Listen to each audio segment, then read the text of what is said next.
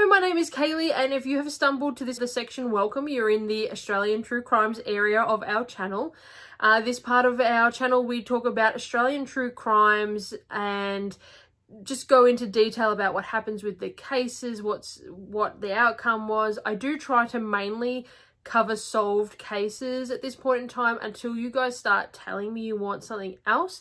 I rather tell stories of solved cases. I know I personally get so frustrated when I watch a video or I learn about a case and it's not solved. I don't get that closure that I need for a case. So I don't want to do that to you guys just quite yet. But again, if that is something that you would like to see, please just drop it in the comments below and I will look for some unsolved cases as well. Now, I do want to put a warning in today's video.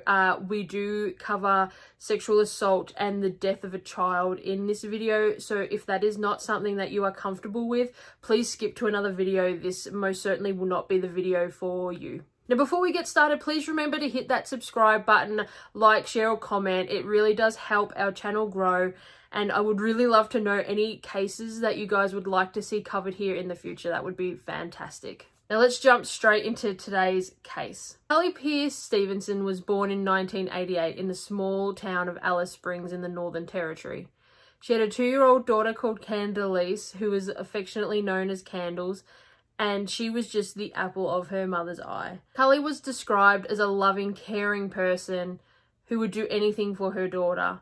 Candace was most certainly loved and cherished by Carly. In 2007, Carly was introduced to a brand new circle of friends. One person in particular from this new group was called Daniel Holdom. Now, Carly's current circle of friends, they weren't a very big fan of Daniel. They would tell her that he was too old for her, that he didn't really have this, he didn't have a good vibe about him. It was more that he had this eerie sort of presence. They did say that he was always polite to everyone of her, like all of her other friends, but they just never connected with him, and they did say that he was very eerie. In November of 2008, Carly, Candace, and Daniel leave Alice Springs and head to South Australia to Adelaide. She wanted to look for more work, and apparently it was going to be easier down there as Daniel did have some more family and friends in Adelaide. But after only a couple of weeks of being in Adelaide, the pair decided they were going to go to the ACT, where Daniel had another group of friends. According to friends, while the pair were in the ACT, they got into a very big argument. This resulted in the pair storming off together, and only Daniel returned from this argument. He then stated that he was going to take Candace back to South Australia as she had a grandmother there, and he was going to drop her off there. Nobody had actually seen or heard from Carly from that point from this group of friends, but they assumed that she had actually stormed off and gone home. Now, during this time, Carly's family and friends become really distant from Carly. They would call and text her, but they would very rarely get a response. When they did, it was always a short, sweet answer. But on September 4th, 2009, Carly's family, they've had enough and they call the police to report her as a missing person. Now, the police issue a missing persons report. They then contact Daniel to find out when the last time he saw Carly was, or if he was even indeed still with Carly or knew of her whereabouts. He denied knowing where Carly was, only stating that the last time he had seen her, that Carly and Candace were going to go to Queensland, and he believed that that is where they still were, but he hadn't had any contact with them for quite some time. It was only a couple of weeks after this happening, where the police questioned Daniel, that Carly's family get a text message from Carly's phone. This, of course, they tell the police, which, Carly has messaged us, but this doesn't help their cause at all, because then the police, they close the missing persons case. They say, well, Carly's made contact, and basically they think now, well, she just doesn't want to be in contact with her family, so they close the case. Now, Carly's bank account and telephone were both still active during these times. Her current telephone and her current telephone number that her family had was active until mid-2011. And her bank accounts were accessed right up until mid-2012. There were amounts being constantly withdrawn from her accounts, including her Centrelink payments. So basically somebody was acknowledging that she was alive through Centrelink or those sort of places. Obviously, forms were also being submitted in order for Centrelink to continue the payments coming through. Now, going back a little bit, on August 29th, 2010, trail bike riders are going through the Bangalore State Forest. Now, you may know the Bangalore State Forest. It is where Ivan Milat, another notorious serial killer here in Australia, would dump many bodies. It became pretty famous, Bangalore State Forest, not only here in Australia but worldwide. Anyway, human remains were discovered by the trail bike riders here in Bangalore State Forest. Now, police did comment straight away that they believe these were not bones left by Ivan Milat, as the time frame didn't really connect. They believed that the bones were put there after Ivan Milat had actually been caught and was in prison. Now, 5 more years pass, and it is July 15th, 2015.